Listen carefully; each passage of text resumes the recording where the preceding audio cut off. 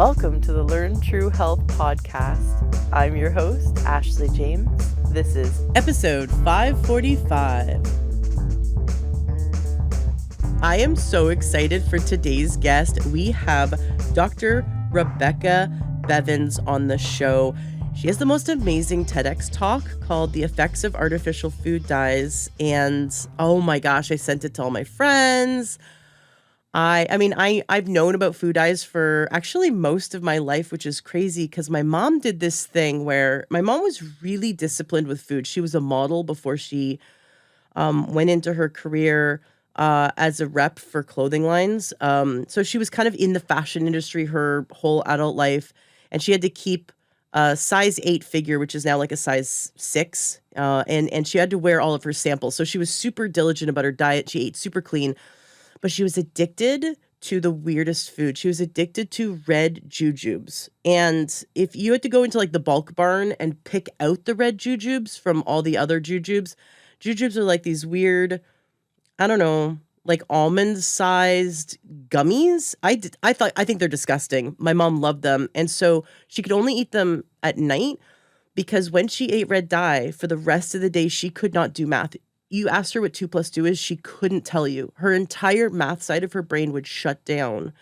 And she would just save them for a once in a while treat because she saw how much it affected her brain. I'm like, why are you eating these things? But she was addicted to them. So I grew up knowing like, wow, red dye can hurt your brain. Like maybe we shouldn't eat that. Well, watching this TEDx talk, I'm so glad that I've raised my son completely dye-free. I mean, you know, there's those accidents where he's like, Mom, my friend gave me an Oreo. I'm like, no, there's blue dye in Oreo, no. And so he goes for many months to years without any dye getting kind of snuck into his diet. And he's really great when we take him to all these classes. We homeschool and we do a co-op once a week. So he's in 4 classes a week at this co-op. And he's never had a problem for years. Well, someone gave him in one of the classes some candy, and this usually doesn't happen. And the teacher in the next class brings him out of the class and says, he can't be in this class. He's being too disruptive. He can't even sit still. He keeps talking. He won't like this. He just has to stay with you until you can figure this out. And I'm looking at him, I'm like, what's going on? Like, did you eat something earlier? He's like, yeah, my friend gave me these candies. And sure enough, it was all this dye, artificial dye. I've never seen him like this. He was 9 years old at the time, and he's very smart, and he was bouncing off the wall. He's like, Mom, I can't sit still. I can't and he's like moving, like honestly, like a crack addict. Like he's just like, I can't sit still. I can't. And it took him a few hours. By the time, recess and lunch was over, he was able to go back to his classes, the afternoon classes and function. But it was like someone gave meth to my child. And it just goes to show that it really does affect them. But if you give it to them for their breakfast every day, you don't even realize, like you might just think, oh, I've got to put my son on Adderall or Ritalin or whatever. And it's the food we're feeding them, and it's wild, and it's in everything. So I'm so excited to have Dr. Bevans on the show today. Welcome. It's so exciting to have you here because your story is absolutely amazing. I think everyone needs to hear it. Thank you. And thank you for having me here. I'm excited to be here.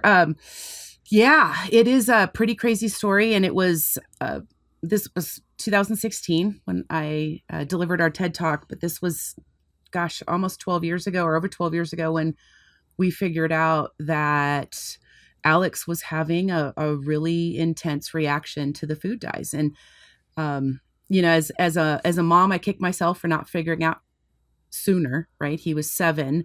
And we just thought he was this really hyperactive kid. I mean, he didn't sit still at dinner. He moved around in his sleep. There was a dent in the wall from his heel from him kicking the wall so hard in the middle of the night that it dented the wall. And he was, 6. So we just thought we had a really, really active child. And then the behaviors really started to get worse. Like he was nursed, and then I made all of his food, and he ate really cleanly until about 3.5. And that's when a lot of the behaviors ramped up. But it wasn't until school and his kindergarten teacher diagnosing him herself with ADHD, and And it wasn't that, because he didn't act like that every day. And we know that ADHD is every day. Mhm. And so it was this, a friend, Emily Snow, who is in the documentary that we'll talk about later, but she had called it consistently inconsistent. And it was like, yes, absolutely. He was consistently inconsistent. So we kind of knew that something was going on. His first grade teacher was phenomenal and worked with him. And then second grade was rough, and really rough. And the ADHD type behaviors really started to ramp up. So like the hyperactivity and the inability to sit still. And, you mentioned being like, a meth addict. And I refer to when we removed the dyes from his diet, he crashed like an addict coming off of meth. And they really are like they're high. And it wasn't the sugar. It wasn't any of the things. So I started doing a lot of research, because I'm a researcher. My degree's in research. And so I did a lot of research, and I found this blog of this girl. She was 16 at the time. And I wish I could find it again. I can't. I wish I knew her name to thank her, because she's mentioned that when she ate Red 40, her brain buzzed. And he was telling me that his brain was buzzing. And so, being the cognitive neuroscientist that I am, brains don't buzz. They're not supposed to anyway. And so went down the rabbit hole, decided to pull Red 40, and saw a huge change in his behavior. The problems then was on my end, was we continued to let him eat the other colored dyes, not thinking, because we all are aware of Red 40. You hear it all the time. Oh, Red 40 is bad. Red 40 this, Red 40 that. But we don't really talk about any of the other colors. And what we started to see was even a more intense behavior, but this time it was the agitation and aggravation and the intrusive thoughts. And within 6 months after our trip to Hawaii, where he was eating shaved ice with, pineapple syrup, he was having, meltdowns all day long, and not just, throwing fits because he's a spoiled little kid. But I mean, we're talking emotional meltdowns that were just he was so overwhelmed that he started to beg me to get him a knife so he can kill himself, because he didn't want to live anymore. At age 7. At 7, yeah. So you had a suicidal 7-year-old. Oh, yeah. Yeah. And I can't even talk about it without getting choked up, because I can't tell you how many times I've told the story, and it still gets me every single time, because I'm staring at this face and this crying and just so overwhelmed child who doesn't want to feel like this anymore. And all I can think of was, if I don't figure this out by the time he hits his teen years, we will lose him. And so I went back into digging. I found one article on Yellow 6, I think it was, or Yellow 5, that mentioned aggravation. And I was like, that's it. Fine. We'll pulling him. And so we pulled all dyes overnight, just boom, done, and watched him crash like an addict coming off of meth. And it took him about 3 months to physically recover. The beginning of it was really rough. He was very sore and tired, and he was sleeping 20 hours a day, and it was rough. But within 5 days, those intrusive thoughts were gone. Those suicidal thoughts were gone. Everything was gone. And he's back to this really sweet kid that we always knew he was, and we saw, but not all the time. And it changed everything. And then I became an unwilling expert in synthetic food dyes. Like, I never wanted to be an expert in food dyes. If you would have told me 20 years ago that I was going to be an expert in food dyes, I would have laughed at you. And here I am, unfortunately, one of the experts in this country. And that's okay. I did my TED Talk wanting to reach just one family, just one kiddo that didn't have to suffer like our son did. Just one set of parents that didn't have to go through what we went through, and that happened, and it happened over and over and over. And I am so grateful that our story has reached so many people. I mean, we're pushing almost 500,000 views on our TED Talk, and I've been on so many podcasts and talked to so many people, and were both featured in the documentary To Die For, the documentary. And it's just wonderful to know that there are kids out there that aren't going to have to suffer because of our story. I recently found out that, you know, California passed a law removing synthetic food dyes from school foods, and my TED Talk was instrumental in that, and getting everybody on board. Wow. Yeah, I know. I heard that, and I think I cried for 2 days. You know, That's so cool. I grew up in California, so it was definitely a twofer. My family's still there, but it's just been, it's been wonderful to see. You know, back in 2016, I was that, you know, that crazy mom that's talking about food dyes. And now, you know, there's so many people on the same page now that we can have this conversation, that there are substances in our food that can cause behavioral changes. And not only just behavioral changes. I've talked to so many adults. We went dye-free for our kids and my migraines went away. I've had adults tell me that they had their seizures went away. The kids' seizures went away. There's rashes, eczema, and not just the intrusive thoughts and the suicidal thoughts and the intensity that it can increase. I really haven't told a lot of people. I've done a couple TikToks about it, but 2 years ago, I ended up finding out accidentally that I myself was reacting to food dyes. And the only thing that I was eating with food dyes was a medication that I got every day for a metabolic disorder. And then my toothpaste, right?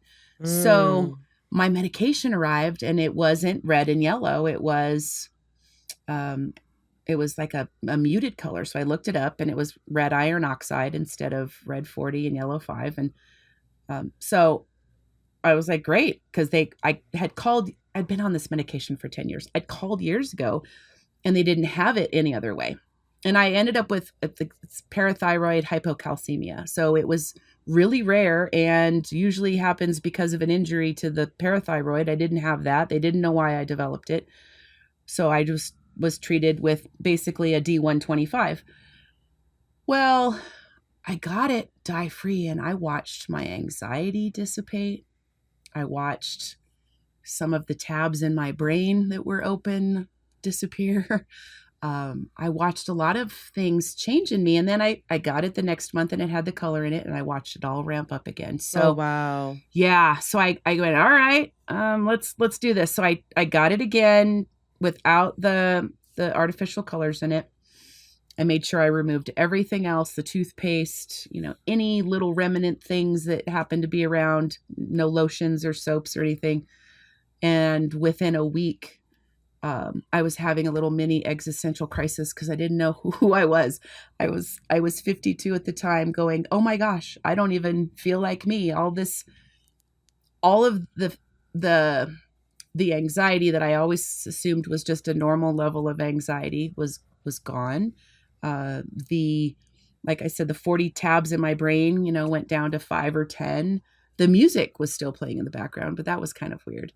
But I felt so different and so much calmer. And it was a mixture of relief and sadness and joy at the same time, because I was a better parent. I had more patience. The ruminating thoughts that I would have about conversations from 8 months ago disappeared. The drive to people please out of fear that people weren't going to like me or I wasn't going to be accepted, and it dissipated. It gone. And I mean, I love helping people. It is what I do, but I do it because I want to, not because I need to. And I was coming from a need to. So a lot of the weird things just disappeared. And then I didn't even need the medication anymore because I don't have parathyroid hypocalcemia, because we assume that it was driven by the synthetic food dyes. So a very interesting turn of events. I was talking to Dr. Lauren Hofseth. He's the Associate Dean of Research at the College of Pharmacy, the University of South Carolina. He is another researcher investigating food dyes. And he had said that food dyes can cause metabolic disorders. And so we talked about it. And I said, hey, what about this? And he said, yeah, it could. Absolutely. So interesting that I was taking a medication to treat a metabolic disorder, but the metabolic disorder was caused because of the consumption of food dyes. And then the medication also had the food dyes that just drove the metabolic disorder. So it was a real, my gosh. yeah, yes. So yeah, it is. Synthetic food dyes are things that you cannot avoid unless you're purposely doing so. Yeah. I've Everyone, talked- 100% of people listening Yeah. are exposed to artificial food dyes. And we're going to get into like, what are they actually? Where do they come from? Because they're man-made. Mhm. Hey, I wanted to interject a quick commercial break to let you know about a few things that as a Learn True Health listener, whether you're new, and if you're new, welcome, or a longtime listener, go to my website, learntruehealth.com. I have a brand new newsletter. I've been spending months working on it. It's really cool. It's filled with all of the foundations of health.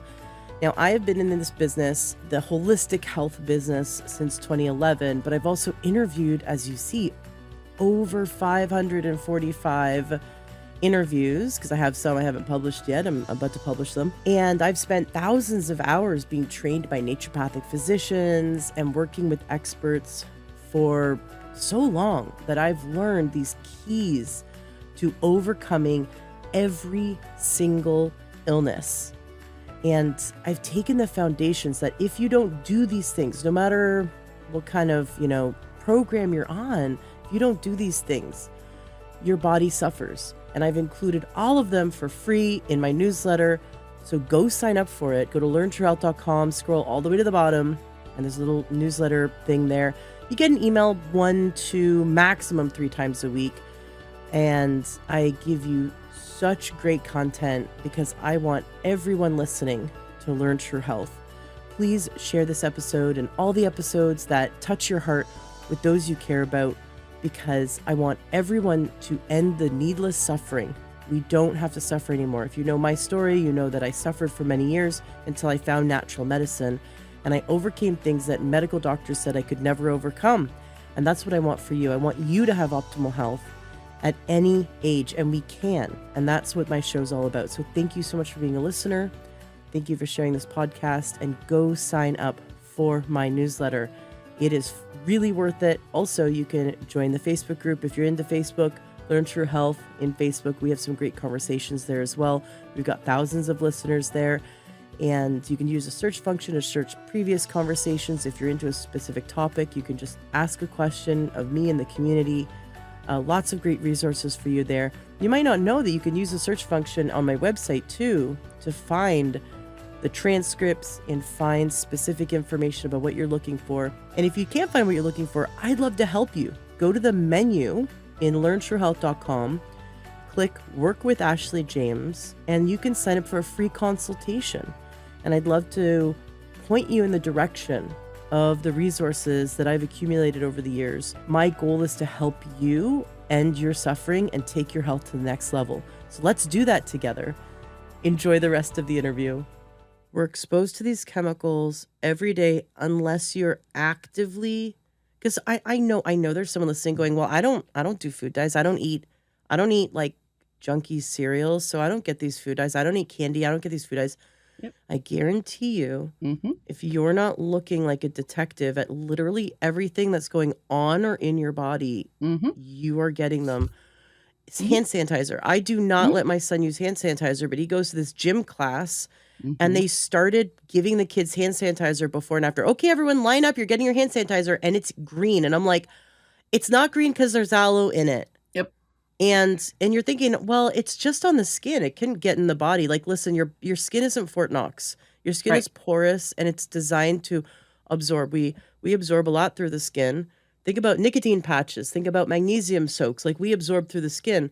Yep. And absolutely for sure, if you're putting artificial tattoos, even markers like Crayola markers on your skin, if you're getting hand sanitizer or lotion, it has dye in it. and it gets in your body, and all it takes is that small amount, and it's, if your kid is 50 pounds, it's getting in there, and it's affecting them. And in the episode 530, I got the pleasure of interviewing the creators of the To Die For, and that's spelled DYE, a documentary, and they talk about how they had their son who was like a human ping pong ball, and they got him off food dyes, and he was great. And then all of a sudden he was like at a restaurant and he was going nutso, and they're like, what happened? And it was like the kid was playing with markers and got some markers on him, or like used the soap in the soap dispenser, or like a temporary tattoo. Like there'd be these times where they knew they didn't feed it to him, and that's when they figured out, like, oh, it's not just food, Right. which is wild. Yeah, we were on vacation and I sprayed down. In hindsight, we didn't know what it was. We knew that he got dosed, and because we saw all the behaviors, he was aware of them. I think he was like 12, and we couldn't figure out where. We assumed that some restaurant lied to us, and there was something in there.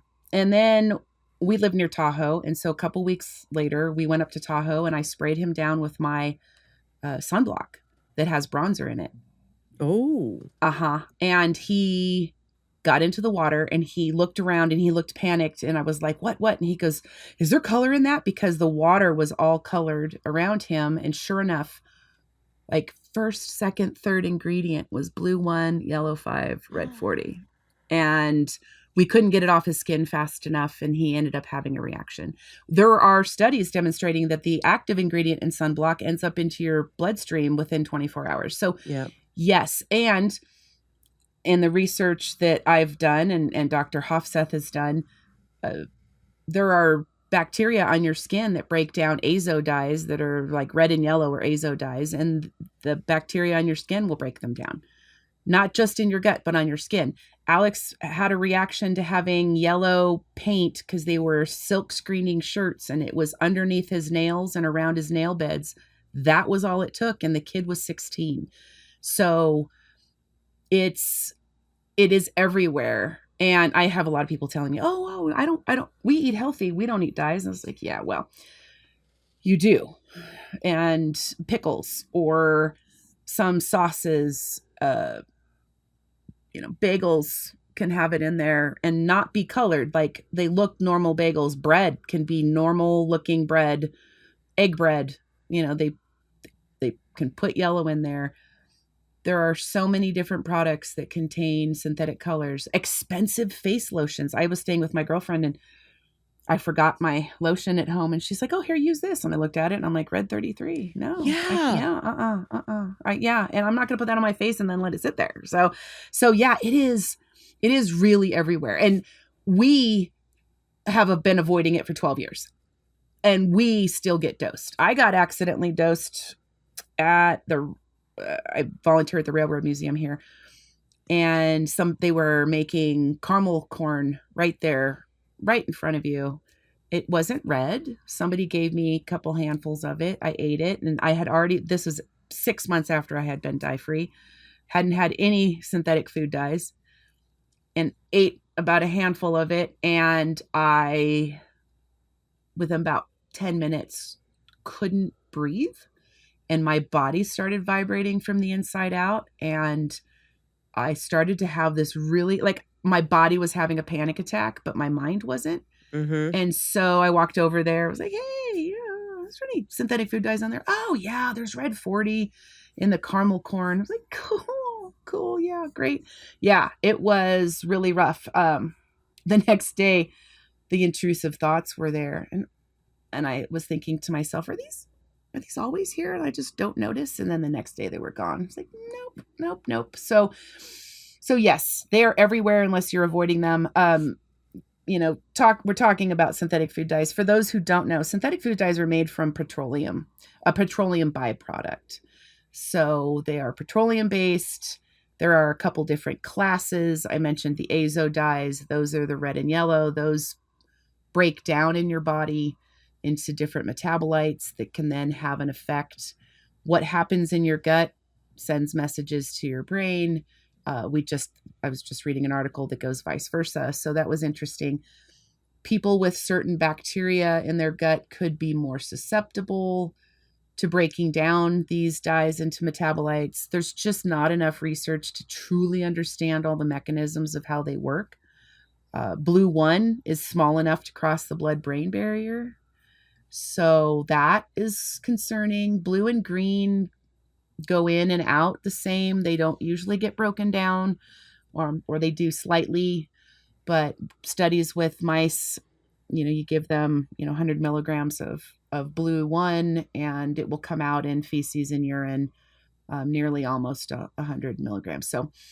So there are a lot of things we just don't understand about how they work, but the evidence is there. The anecdotal evidence is there.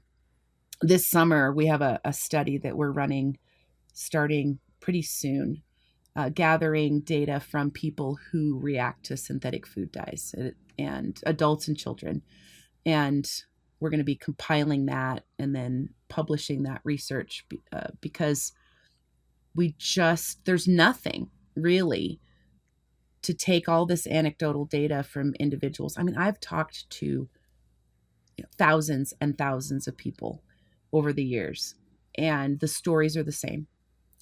And we need to get, those stories into a scientific format. So we're going to be doing that this summer. We've been doing a lot of research. My students just presented some research down at the Western Psychological Association conference. It was in Vegas. We just got back a couple days ago, on the prevalence of dyes in hydration drinks. So like electrolyte drinks, like Pedialyte. They went to CVS and took pictures of all the electrolyte drinks in CVS, and then 102 different drinks, categorized them and compiled them. So like those that are marketed towards infants and children, those that are marketed for adults, like they have caffeine in them, and then everything in between. So like, Gatorade is kind of one of the everything in between, but the Pedialytes are definitely aimed at infants. Of the 24 Pedialyte type drinks marketed towards infants and children, 21 of them contain food dyes. And here we are giving sick infants Pedialyte, and it's got high amounts of red 40, blue 1, yellow. There's the thing to really emphasize is there's zero benefit. Like Zero. there's, like we could argue, for example, like, oh, they put this preservative in, but the benefit is like you'd be drinking mold if it wasn't in there, right?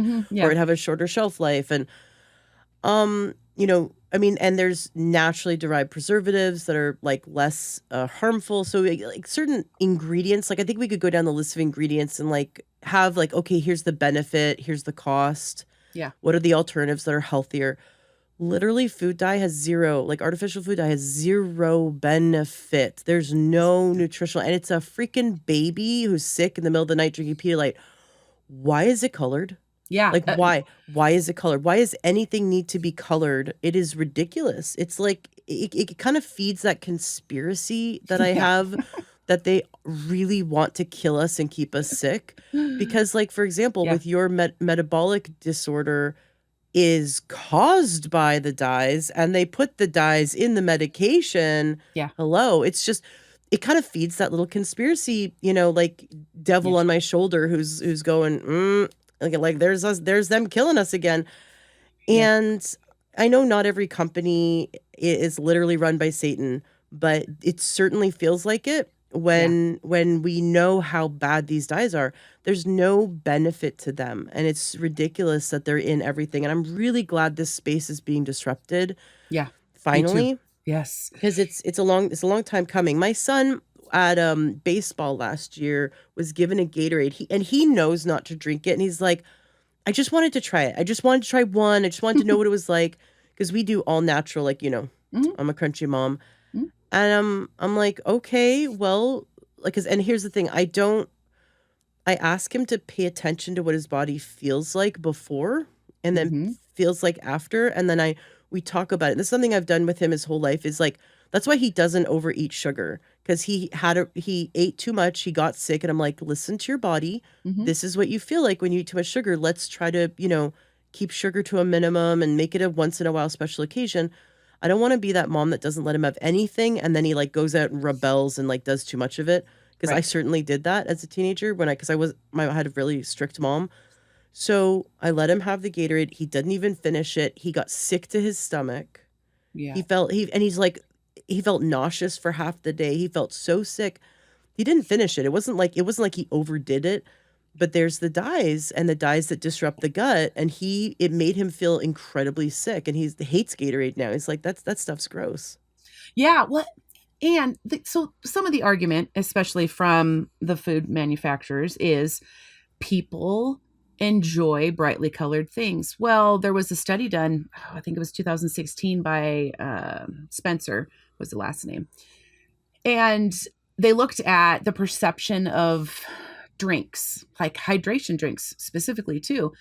And people felt that clear liquids were more hydrating than colored liquids. So here we Mhm. are with these hydration drinks, and there's zero reason to color them. They are more hydrating, and people perceive them as more hydrating if there isn't color in them. So there are companies like Body Armor that they don't utilize food dyes.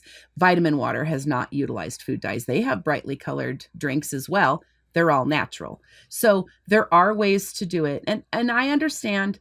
I will play the devil's advocate for a second for the food dye industry. Natural colors will break down in different pHs and at different temperatures.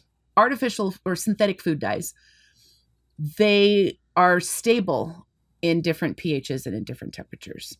So there is this argument for if something's really acidic, or if when you bake things that we need these colors. Well, there are natural options that are coming out. And like Mychroma is a company that is working on a natural, sustainable colorant that is pH stable, temperature stable, and not made from petroleum. So there are options that are coming out, but it's still not a very strong argument. Now, you did mention the food industry and the healthcare.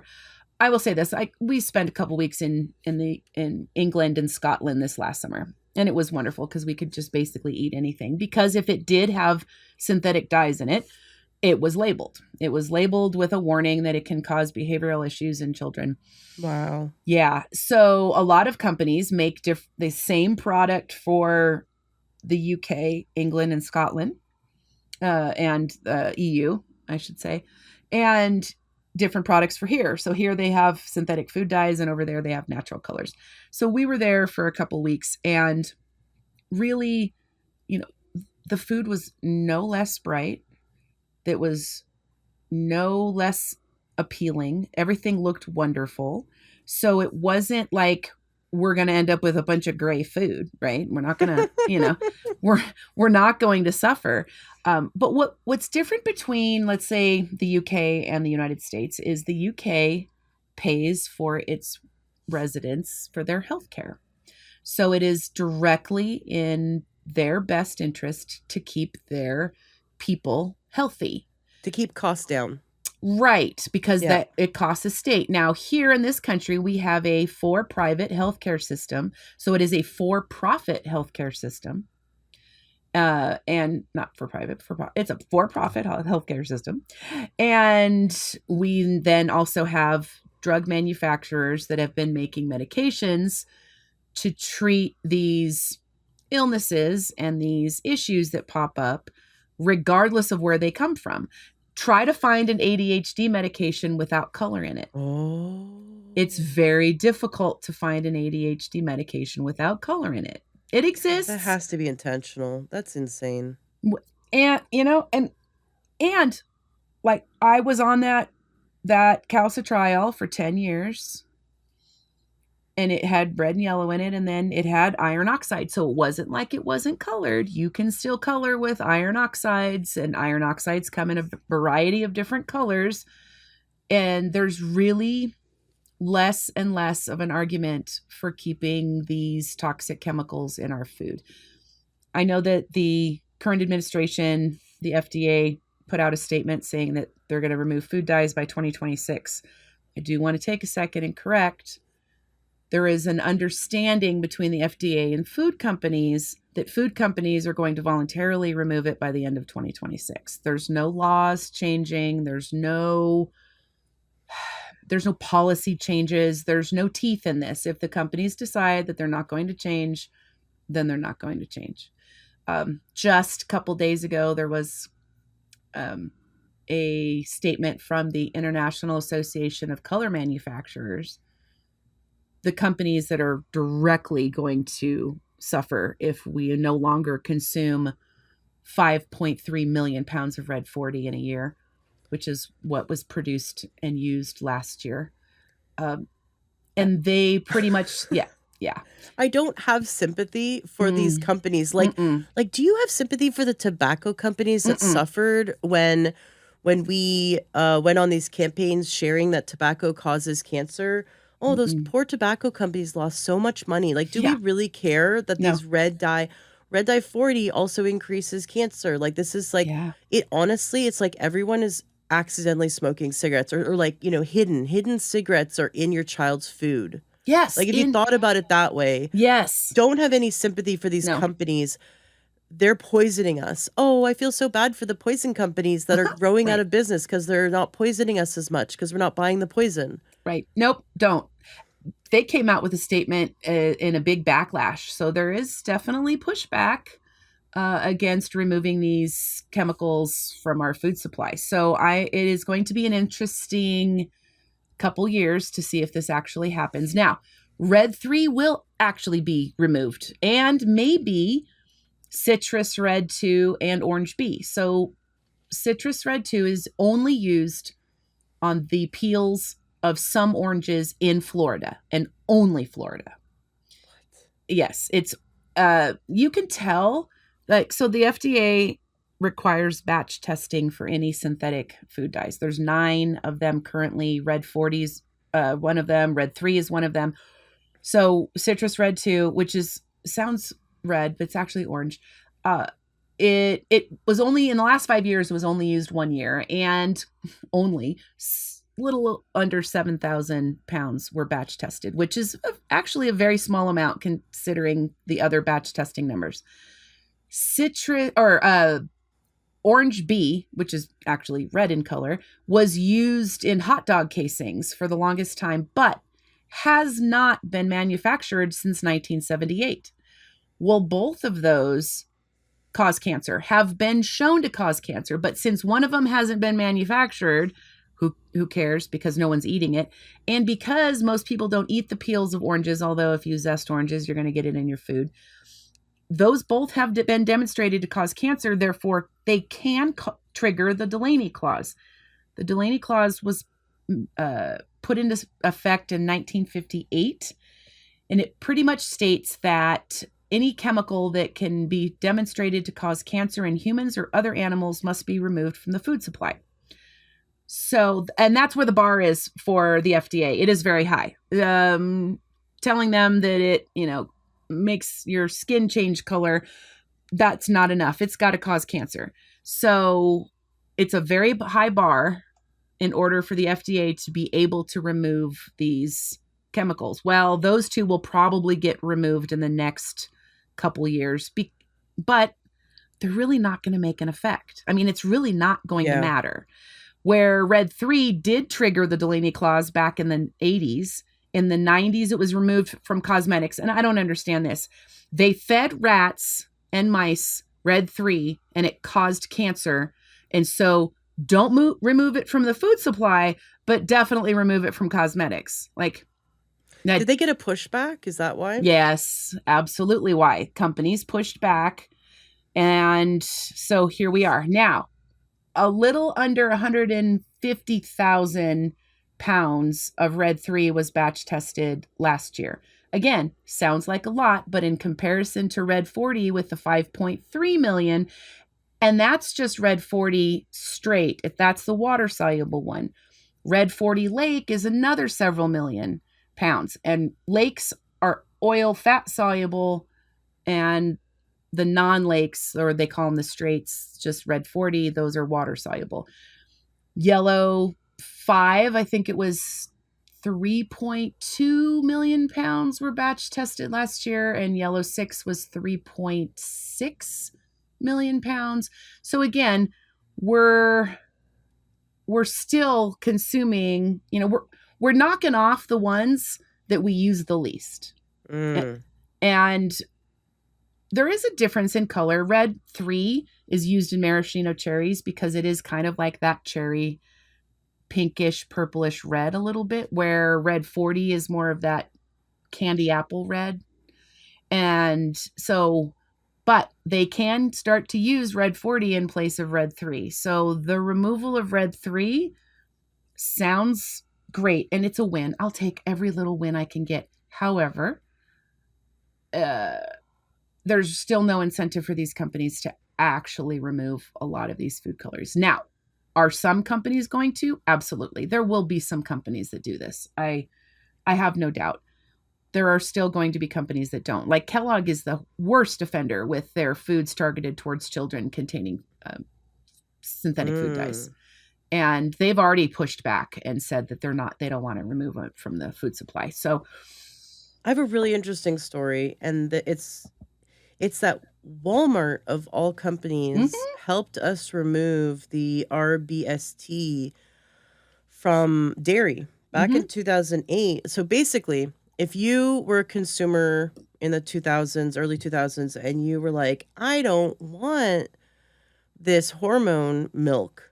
I want milk with less hormones, because I can't say that it's going to be hormone free, but like less hormones and or antibiotics or whatever you're going for with your milk. Right. People stopped buying the hormone-based dairy and started buying dairy from companies like Great Value Milk, who exclusively had cows that they didn't treat with artificial growth hormones. And so Walmart noticed their numbers go down and noticed that their customers were preferring one over the other. And so Walmart went to bat, and they were active in helping us reform the dairy industry and getting rid of this this type of hormone. So I think it's interesting because you don't think of Walmart as being like your advocate in health. Right. But they like money and follow the sales. So my point being, if we all vote with our fork, vote with your wallet, and be that detective looking at the ingredients. You know, if you can't, like I'm going to throw my husband under the bus, but he's older than me and he can't see. He has to get his like readers out. Yeah. I'm just saying, bring your readers. Go to the dollar store, like, you know, go to Walgreens or whatever and buy some, you know, readers, and bring your readers with you to the grocery store, because you're going to have to read the ingredients and figure out your brands. And then don't always trust that brand's going to be true. Like sometimes, oh my gosh, I get into a brand and then my husband will pick it up and be like, did you know there's blah, blah, blah in this? And I'm like, what? Yeah. So you have to kind of always just double check and just scan it. You can scan. What I do is I start from the bottom and then scan up. Yes. Because really the crap that kills you might be at the bottom most of the time. Also, I try to avoid processed food for the most part, but you know, if I'm just buying like some crackers or something, I'm reading from the bottom up and just checking to make sure there's not something really wacky in there. And so that's my suggestion, is if we all vote with our fork. Can you imagine this interview that reaches thousands of people, and then they share it with their friends and family, and it becomes this ripple. Yes. And then you get on other podcasts and other podcasts share, and together we all start voting with our fork.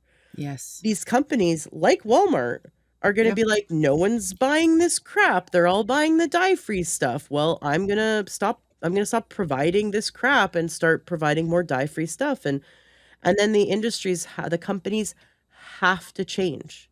Yes. They have to change, because we are not buying it anymore. But we have to look at the ingredients, because it's hidden in everything. Absolutely. And people keep asking me where change is going to come from. Is us. Oh, are you waiting for the administration? I'm not waiting for any administration. Boots on the ground. It's us. Walmart, actually, their Great Value often does not contain food dyes. Also, they have was it Good Foods now, or their newer brand? That one does not contain food dyes. And I have bought naturally colored sprinkles, the Easter ones, the Christmas ones, like whenever they have the holiday sprinkles out, they will have one You got to look. It says vegetable based across the front of it. They are vegetable based dyes, and they really have a large selection of synthetic dye-free foods. You do talk about using your wallet. I've been at this journey for over 12 years.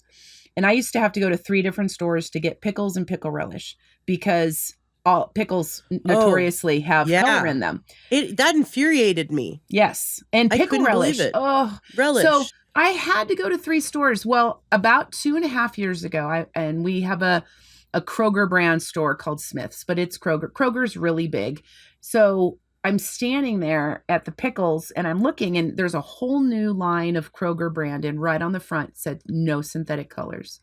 And they had every flavor of pickle, every slice, every pickle relish, and it was inexpensive and they're good. And I sat there and was like sending pictures to my son, and I have tears in my eyes. It's the silliest thing to be so like, I'm like these tears of joy that I'm looking at these pickles, and there they are, all dye free. There's some brands of fruit snacks that no longer have color in them that used to. When we started, yogurt had dye in it. It is now very difficult for me to find yogurt that has color in it, like that synthetic colors. So companies have been making a change, and you're right. It absolutely comes down to, what are we buying? I will buy things that I may not necessarily need just because it's dye-free, and I have never seen anything like that dye-free before. And I was like, I will reward this company by buying it, even though I don't need it. I will go give it to somebody else, but I want my dollars to go to places and companies that are going to be supporting us in this. This year, every year I look at the Peeps.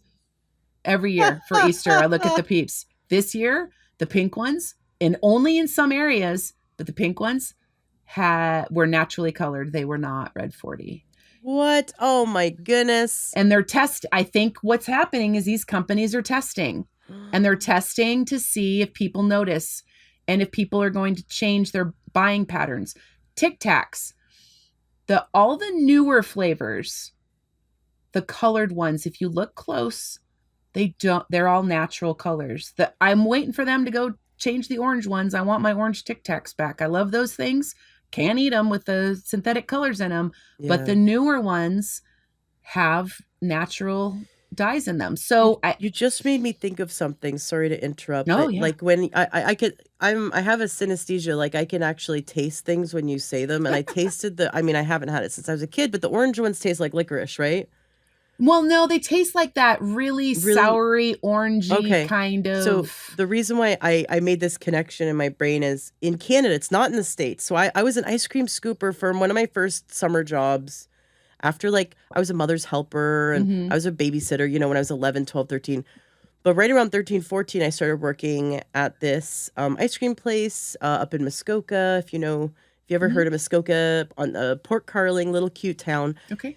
And it was, there's a type of ice cream that is only in Canada, and it's orange and as bright of an orange as that Tic Tac. And it has that same flavor. And then it has stripes of licorice in it. So I thought, licorice, but no, it's actually that Tic Tac orange flavor with black licorice. It's called Tiger Tail or Tiger Stripe or something.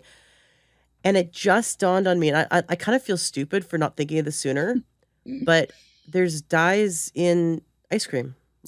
There's dyes in things that you would, I always read labels, and I don't, we very seldom take ice cream home. We're dairy free, so we'll do a coconut ice cream. And I those usually healthier, dairy free options don't have dye in them. And I'll look at the ingredients anyway. But if you're out and about and you're just, this place serves some coconut ice cream, you just don't ask. I just don't think to ask, is that dye free? It just, in vanilla. My mind. In vanilla, there's dye in vanilla. That's right. It's just, you don't think to ask. Well, it's white. There's not dye in it. You've got to ask. Baskin Robbins, back in 2018, pulled all the synthetic colors out of their ice cream. Really? They did not make a big deal out of it. There was a They small... should have. Well, no, because people do the backlash. Oh, you ruined my childhood because you took colors out. So, I mean, they should be doing it now, but they very quietly, there was a little sign on the door and my friend sent me a picture and was like, oh my gosh, because we couldn't take Alex to Baskin Robbins if he wanted ice cream. Right. You can't, there's two out of 31 you can have there, bud. I'm sorry. Don't look at the others, but you can have these two. So we just never went. And a friend of mine sent the picture. My husband and I ran down there and we're both, again, standing there crying, going inside going, are you sure? Let me see. Like they all look gorgeous. Let me see. Are you sure? And we brought him down there and then, the kid's crying because, I think he was like 13 or 14 years old and his eyes well up with tears. And it's like, here you go, bud. Here, you can have any of this. And because, and yes, we not eating it all the time, but there are like Ben and Jerry's. I was just down in Vegas and there was a Ben and Jerry's and I can't do dairy and they had an oat milk and it was a strawberry swirl. And I was like, oh, that sounds really good. And they're like, oh no, we don't use any artificial colors in anything here. And It was so exciting to be like, oh, I can have that. And it's just, it's the simple things, but the companies, like, you don't know because they still look colorful. They still look fun. Right. We're not going to miss it when it's gone. You mentioned in your TED Talk about that you figured out the bagels you guys were eating had yellow dye in it. And I was just thinking, like, you go out to eat pizza and you don't know, like, in the freaking crust. Like, I have a friend who she thought she was gluten intolerant. And I'm a big advocate of being gluten-free, no barley, wheat, rye, or oats. Mm-hmm. But here's the thing. Why do some people get incredibly sick in America eating, or North America eating flour products? Mm-hmm. And then they go to Europe. Mm-hmm. And they eat the flour products and they don't get sick. Like, I know 2 people who are hospitalized if they eat barley, wheat, rye, or oats here in the States. Yeah. But not in Europe. And everyone's like, well, it's the glyphosate. And I'm like, okay, but it could also be the artificial dye. It could also be, like, what else are they putting in there? Yeah. And it can also be the artificial fortification of nutrients, right? So they put artificial vitamins, synthetic vitamins, which if you have MTHFR, for example, you can't process that, and it makes her incredibly sick. So it took her years to figure out that she's not allergic to wheat, she's allergic to the fortification. So she has to call up the company. So we wanted to go out for pizza. She literally had to call them and have them read the ingredient list and make sure that and then talk to the owner, because they make we go to this really cool place in Seattle called Rosie's where they make everything from scratch and they have a celiac kitchen separate from the regular kitchen. Ooh. And yeah, it's really neat. They do dairy free, they do soy free, they do garlic free. Like, you can, it's a place you go if your whole family has allergies, but everyone has a different allergy, and then you can all eat the same food. It's really cool. And she had to talk to the owner and make sure that there was no fortification in the flour. And like, that's the level that she has to do. But like, how many products do we eat when we go to restaurants? Yes. And we don't know, like let's say we get some processed meat, there can be dye in that. The bread, there could be dye in that. You said, the condiments, there's dye in condiments. Like, it is in everything. Yeah. But you're also a living example. Your whole family's a living example that we can be dye free. That you have many things in your home. Yeah. You don't suffer. You still eat processed food. Like, you still get to have your treats. Yep. But it's dye free, so it's possible. Oh, it's just the diligence needs to be there. Exactly, the diligence. It is absolutely possible. I joke that we have everything from, organic to Oreos, because the Oreos don't have blue one in them anymore. But we have a variety of things in our house. Dark chocolate is obviously one of the fan favorites around here, but it's good for you and it's really easy to find dye free. But it's the restaurants. Like, we have restaurants in our town that we go to. I was at a Mexican restaurant 2 nights ago and I had to ask, okay, how do you make your rice? Do you use any packaged seasonings? And he was like, oh no, we use tomatoes. And wonderful. Thank you. No problem with that. A friend of ours owns a local restaurant that they make everything, all of their sauces they make their own ketchup, they make everything. We can eat anything and everything there because they will not carry anything with food dyes. But when we travel, and we travel a lot, you know, traveling is wonderful. We've been taking Alex all over the place since he was a couple months old because we wanted him to see the world. And that's where we were more likely to end up accidentally consuming food dyes than anywhere else, because you ask people at the restaurant and they assume, or they give you false information, and then we end up, with a kid, or now me, that accidentally got dosed. So even when you're diligent, even when you've been on this journey for 12 years, there are going to be times where there's a hiccup.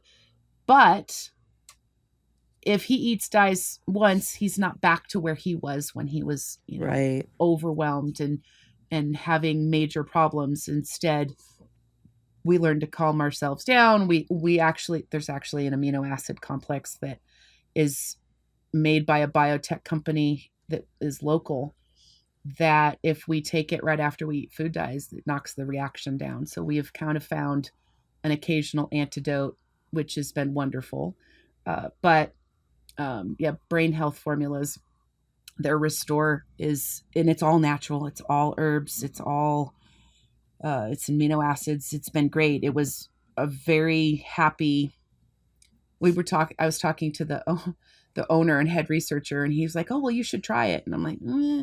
So my son, being the teenager he was, and it still is, went and ate something purposefully with color in it, and then took some to see if it would work, and it did. And so, Good scientist. Good scientist. Yes. So I mean, we've been testing. We were told that half the kids grow out of it when they are, during puberty. We were at the California Office of Health Hazard Assessment back in October 2019, held a symposium, and researchers came from around the country and even from the UK, Dr. Stevenson from the UK, and presented research. The FDA was there, Coca-Cola was there, Big Candy was there. So there were a lot of people there, all with, MDs and PhDs, and Alex was the only 13-year-old kid there, the only kid there at all who personally reacted to this stuff. And so we talked to a lot of researchers, we talked to a lot of doctors,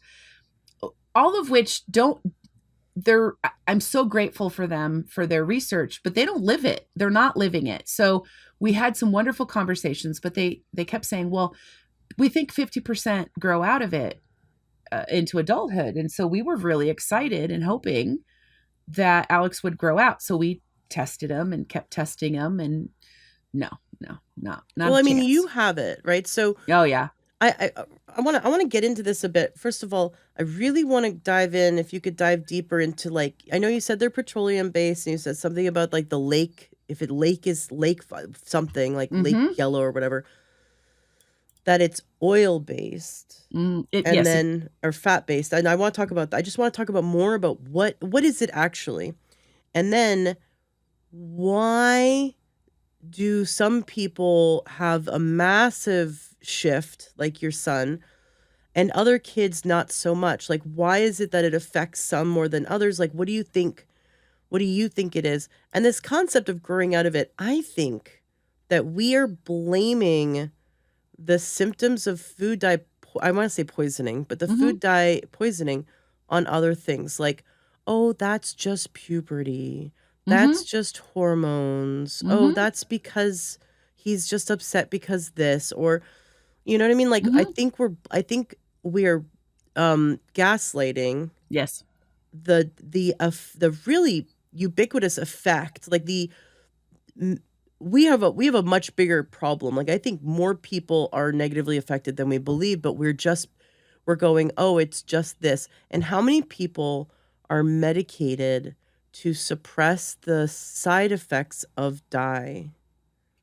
Yes. Well, Digging deeper into that, what population consumes the most synthetic food dye is our minority populations and our low socioeconomic status households. So kids who have the highest risk factors for developing psychological disorders and physical disorders and health issues because of the stresses in their house and the exposure to lead and other chemicals and the highest consumption of artificial food dyes. And then these kids in schools their behaviors are blamed on poor family life, stressful home life. Which it could be accumulation. It can. But when we look at a child taken off of dyes, right, it's like night and day. Yeah. And they do so much better. Mm-hmm. They do. And it's these kids are suffering no fault of their own. Yeah. No fault of their parents when they're not educated and or don't have access. If the school foods have food dyes in them and that's what they're living on because mom and dad don't have the money, and the schools then are poisoning these kids. It's heartbreaking to me just how devastating one set of chemicals can be on a population. And then, yes, that population gets blamed for having all of these other problems. And then they get put on medications that then continue to perpetuate the problem because allergy meds have it, vitamins have it. You've got to read every single thing that you pick up because you're putting it in your body or on your body. And the cheaper it is, the higher likelihood that it's going to contain food dyes because it covers up the inferior products that are being used to make some of these things. So you really have to be diligent. So regular food dye is water soluble like Red 40, but Red 40 Lake is oil soluble. What is the oil? Well, it's you know how you can't mix water and oil together? Let's say I was going to make a red oil for something. Let's say I wanted to take an oil and make it, colored a little bit. You couldn't put just regular Red 40 in there because it dissolves in water, but you could put the Red 40 Lake in there. But Red 40 Lake, the oil they use, what is it? Oh, it's not really an oil. It's just an oil-based. It's just an oil-based version of Red 40. So Red 40, the way that it is manufactured, the chemical structure, dissolves or not dissolves, but it integrates into water. Yeah, okay. Where when you see the lake at the end of it, that chemical structure has been altered so it integrates into fat or oil. Fat soluble. Mm-hmm. And it's petroleum. It's derived from petroleum. It's still derived from, it's the same formula. It's just altered a little differently in order to be able to be absorbed into oil. So like vitamin D is oil-based. It's a fat-based, right? So let's say they wanted to make the vitamin D pill colored.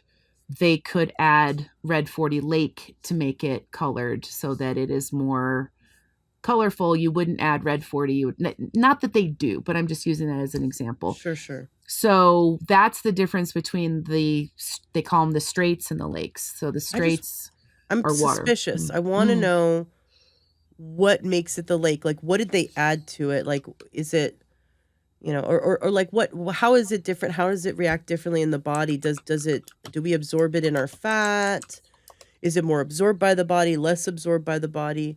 Yeah, all great questions. Too bad we don't have research on it. We should just avoid all of them. Let's just avoid all the artificial dyes. Yeah. But just to think about where they are like that. Like when you travel, do you bring your own soap so you don't use the soap in the airport bathrooms? Like, yeah, I do. Yeah. Now, so some of the soaps, if you're going to wash your hands and rinse it off really quickly, the odds are that you're not going to absorb it. We know that dermal absorption from other chemicals, it's about 10%. And of course, the longer it's on your skin, the more it's going to absorb. So like a patch is going to continue to absorb 24 hours. Whereas if you're washing your hands and rinsing them really quickly, generally you're probably not going to absorb enough to cause any kind of issues. However, I was just at a hotel for 5 days. So yep, shampoo, conditioner, body wash, face soap, all of it, because I don't know. Now the hotel, everything was white or clear, wonderful, no dyes in any of it, was fantastic. Their lotions that they provided, no color. I was shocked. I just don't expect it. So yeah, we travel with everything. We used to travel with American cheese when we did our road trips, because our son would like, if he wanted cheese on things, or we would cheddar. I've never found a cheddar cheese, a straight cheddar cheese that had anything, a natto maybe, yes, but not any other colored. The only colored I've found are maybe like a wine cheese spread or American cheese, but even those are getting more difficult to find. I'm finding more and more without synthetic colors in it. So we do travel with a lot of things just because we can't we can't come across anything with color in it and then use it. So you're coming out with a book. We are, yes. Which I'm really excited about, because as I'm listening to, all I want to ask is, give us a beginner's guide. Give us step 1, go through your pantry, step 2, go through your cosmetics, but there's hidden ones that I'm not thinking about. Yeah. Right? Like the hand sanitizer, like the the art supplies. Oh, yes. And those are the dermal absorption. So the book that we have, Dr. Lauren Hofseth and I mentioned earlier, he's the Associate Dean of Research at the College of Pharmacy at the University of South Carolina. He has over 100 scientific publications. He's the chemistry and the mouse research side of this, and then I am the human behavior and human side of this, and so together we make a really great team. He is an awesome human being, and so we have been working for months and months and months on taking all of the research that is very difficult to digest for average people and turning it into a book that has the introduction of what this is and why we should care, and a nice big chapter on the history of food dyes. And then each dye gets its own chapter until we get to blue 2, green 3, citrus red 2, and orange B. Those are in one chapter. And then we get into what do you pay attention to? How do you get it out of your diet? Who should you be talking to? Because you need to be talking to family. You need to be talking to the schools. How do you talk to talk to your pharmacy, your pharmacist? And then we also, the last chapter is kind of a lot of additional information about where the future is going with this, and other information. And so it's a big book. There's 173 different research articles that we discuss in this, all of the research that we could pretty much scour together. And we put it in a fashion that anyone can understand it. Anybody from who's new to this to people who want to know all the research. We did, I think we compiled the best we could. It's probably going to be almost 200 pages. It's a good size book. It's everything you need to know about synthetic food dyes. And we will try to keep updating it or have updated versions as we go, as things change, because things are changing and new information is coming in. But we'll stay on top of it the best we can. But yeah, in each chapter, it'll talk about where to look, where to find things, how to read labels, what to look for, and as much of the information as we can possibly put together. But it's also the research. So you could take it to your doctor. Not all doctors believe you when you say, my kiddo can't have synthetic food dyes. That's where you fire that doctor and you find a new one, because they're not the god of your existence. They work for you. Yep. And I am a firm believer that you should get second opinions, third opinions, and fire doctors who don't believe that your body can heal itself. Yeah. You do not owe this doctor anything. I don't care if you've been seeing them for 15 years. Go find one that will listen to you. Absolutely. Don't have an abusive relationship. No. Don't have a narcissist as a doctor. What are you doing? Fire that doctor. Yeah. When our insurance changed, we had to switch pediatricians for my son for it was thankfully only a year. Although we did find a very good doctor, but I had to call around and say, all right, what do you think about food dyes? Do you think that they can cause issues? And if, oh no. And finally I got a doctor, pediatrician, who said, you sound like you know far more than I do, and I am absolutely willing to listen. I was like, sold. We will see you next week. Yep, I love that line. Yeah, it was great. It was nice, but not always. And family doesn't listen. Family can be the most difficult to get on board. Yeah. So I have that. Yeah. So our book, we tried to get it to such a fashion to where it can be used in the fight against food dyes. Like, look, here's the research. Read this. We talk about the mouse research and the rat research. And yes, we aren't mice and rats. However, our systems often work very similarly. And if it causes DNA damage in mice, well, you can bet dollars to no nuts it's causing DNA damage in your gut as well. Mm-hmm. He had a grad student who wanted to feed a pregnant mouse Red 40 to see what effect, if any, it would have on the pups. All the pups died. Oh my gosh. They replicated it. All the pups died. And she was like, that's it. I'm not doing this again. And he talks about that in the book. I mean, that was one of these pivotal moments for him, especially of like, oh my gosh, what are we doing? We know that it comes through breast milk, and it's not being filtered out by this placenta. It's entering into developing fetuses. We don't know enough of what it does to humans. And I think we know enough that it does terrible things to other creatures that we don't need to be doing it in more of the research. Just get it out of our food supply, get it out of our vitamins, get it out of our medications, out of our lotions, get it out of everything. And if it's in your vitamin, like you need to never trust that brand again. Right. I'm sorry, but if a brand of vitamins puts dye in it, they do not choose the highest quality ingredients. No. Like, that is not a company I would trust. Like, the entire company and everything they sell, I would not trust them. So you mentioned like supplements, just fire all those companies. Find a supplement company that's dye free, because they, you will got to have high standards, the highest standards possible when you're looking for your health. But like the weird things on food, like you said, like the oranges could be sprayed in it. It's so weird. Only in Florida. Only in Florida. Now, only in Florida. I will debunk some myths. No, erythricine or Red 3 is not used in watermelons. Oh my gosh, last summer that was all over TikTok. It was ridiculous. No, farmers are not injecting their watermelons with Red 3. No synthetic colors have been approved for use on fruits or vegetables except Florida oranges.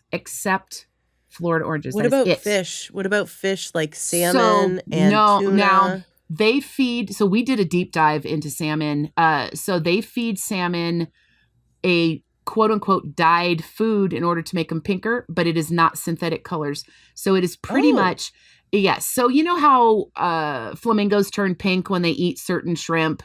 Yeah. So there's a chemical in those shrimp that cause the flamingos to turn pink. So the dyed, quote unquote, dyed food that they're giving to the salmon has that chemical in it that then causes the salmon to turn pink. But it's naturally occurring. Yeah. Well, it was at one point. It's a naturally occurring chemical that they've made in a lab and made it into a food. So, but it is not a synthetic color.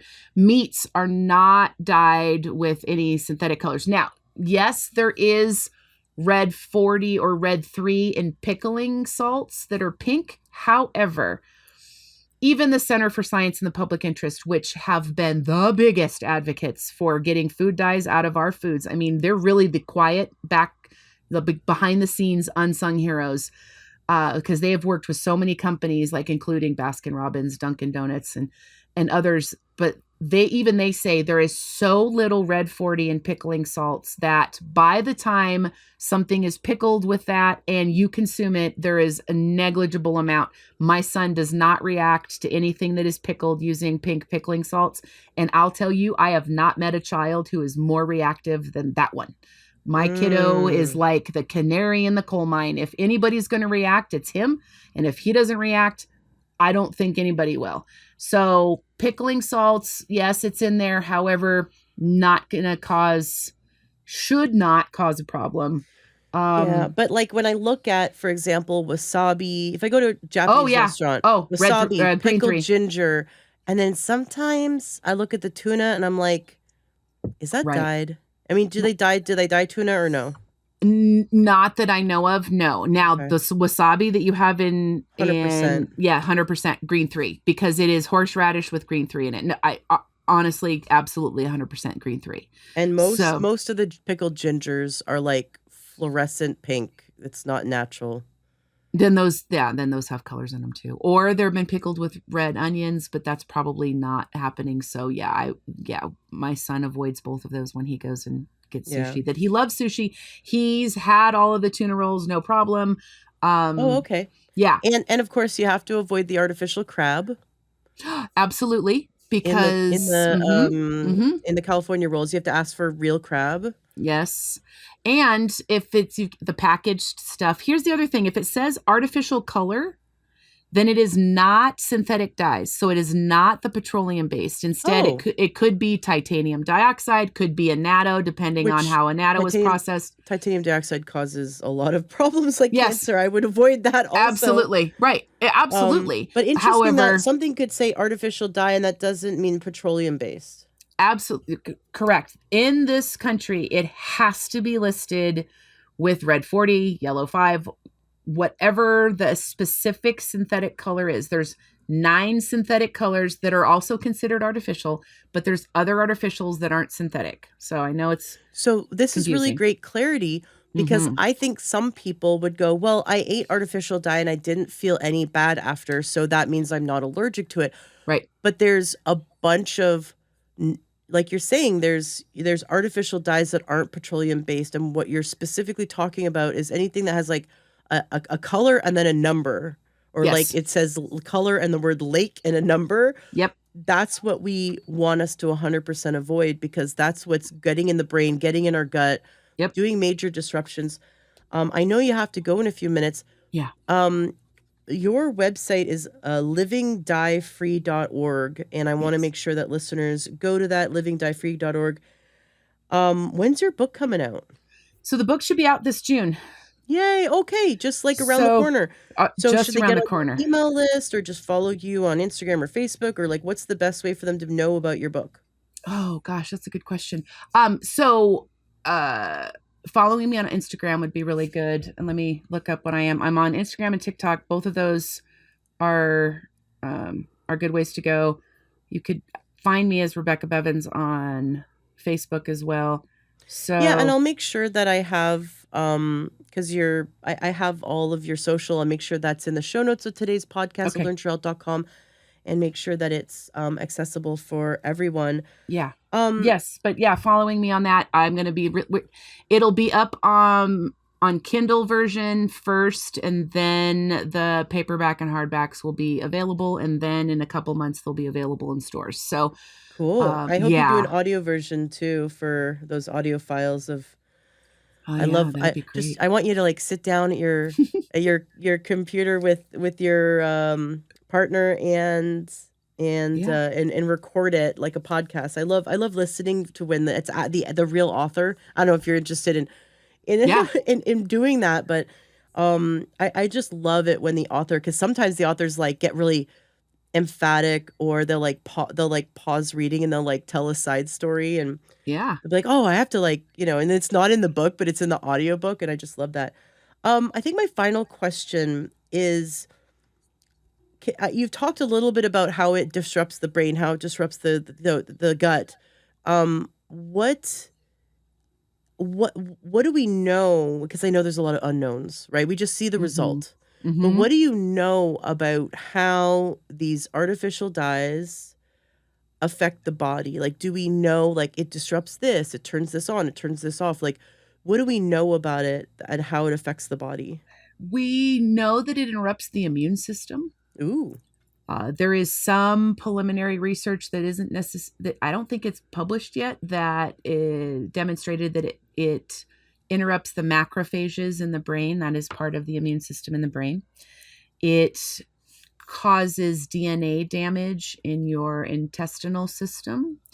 It causes colitis In some individuals, it causes inflammation in the body, and inflammation then leads to greater risks of cancer and DNA damage. So we know somewhat on how it may work in some mice and rats, but we don't necessarily know the exact mechanism. What is interesting is what happens in the gut affects the brain for some individuals. So we know that certain bacteria break it down. We talk about which bacteria in the book break down the azo dyes, the red and yellows. And so those bacteria, if somebody had a higher prevalence of those bacteria, which, we have thousands of different strains of bacteria in our gut, but if those bacteria are plentiful in the gut for some individuals, that could cause some individuals to be more reactive. We also know that individuals with a certain polymorphic gene are more reactive or more likely to be reactive, but they also have higher levels of reactivity to pollen or allergens or eczema or asthma. So people with asthma and eczema have a higher rate of being allergic or reactive to food dyes than people that don't. So there's still so many mechanisms that are unknown. But it is known that it does go through your intestinal system and it does cause problems. So what's interesting is that we know it affects it seemingly doesn't affect everyone. Like, we're like, oh, well, some people are bouncing off the walls and other people aren't. Like, some people are having suicidal thoughts and some people aren't. But what you're saying is that, like, 100% of people, we know it hurts your DNA. Yeah. It suppresses your immune system. Yeah. Like, that should be a motivation enough to just avoid it. Yeah, I used to tell people, look, hey, you know what? Remove it from your diet for 2 weeks. If you don't see any behavioral changes, well, then you can go back to eating it if you want to. After doing all this research with Dr. Hofseth, I can't say that anymore. I can say, great, it doesn't cause behavioral damage or problems, but it's causing DNA damage. It's causing intestinal damage. It's messing with your immune system. I mean, the reason the brain health formulas, the Restore works on knocking down the reaction is because it is designed to work on the immune system. So it's kind of, we assume that it's liberating the immune system. Dr. Hofseth is going to be testing the Restore from brain health formulas on some mice with Red 40, because we're going to try to figure out what mechanism is actually being activated in that. So we're working on it. His lab has shifted to do a lot more research in a lot more areas. So there's going to be more research on this. But yeah, I used to tell people, oh, it's no big deal, blah, blah. There's always going to be chemicals that are going to kill you. And yeah, no, I don't say that anymore. Now it's like, okay, remove it. And I wouldn't go back. I wouldn't eat it if I were you. And my husband, who I adore my husband, it's taken him a little while to get on board. But he ditched his blue deodorant and his armpits stopped hurting, his neck stopped hurting, his shoulders. Yeah, he goes, babe, I think it could be correlational, but I don't have the tightness in my shoulders and my neck anymore. Like, he felt actual physical differences in his body and he won't touch it now. Like, he went completely dye-free because he started to notice little things with him, and he's been, helping edits on this and is like, well, maybe it doesn't cause behavioral problems with me, but it's causing gut issues for people. So no, I'm not going to eat this anymore. So so I can't tell people any longer that this is okay. It causes damage to everyone. And I wasn't suicidal. I wasn't anything other than what I thought I was normally, and it did have an effect on me. I've had students that are like, oh, I feel angry all the time and I need a therapist. And then instead they went off dyes and were like, holy cow, like, things went away that I didn't think were because of a food substance that I'm eating. So I really think it's affecting. Yes, there's a population that it's so damaging to, that you see the behaviors. Like my son is just like, it is so intense for him, but he's one of the smaller percentage. I think there's far more people that are reacting without having any idea that they're actually reacting, which Exactly. is frightening because we aren't who we are then. So get off dice and Yeah. see who you are, right? Mm. Test it, see how you feel. Like you said, you tell your kid all the time, how do you feel now? How do you feel later? Like, we really need to start paying attention to how we feel and what is affecting how we feel. And dyes are one of those things that we absolutely categorically know that will change the way people feel. We just don't know which people. So maybe it's you.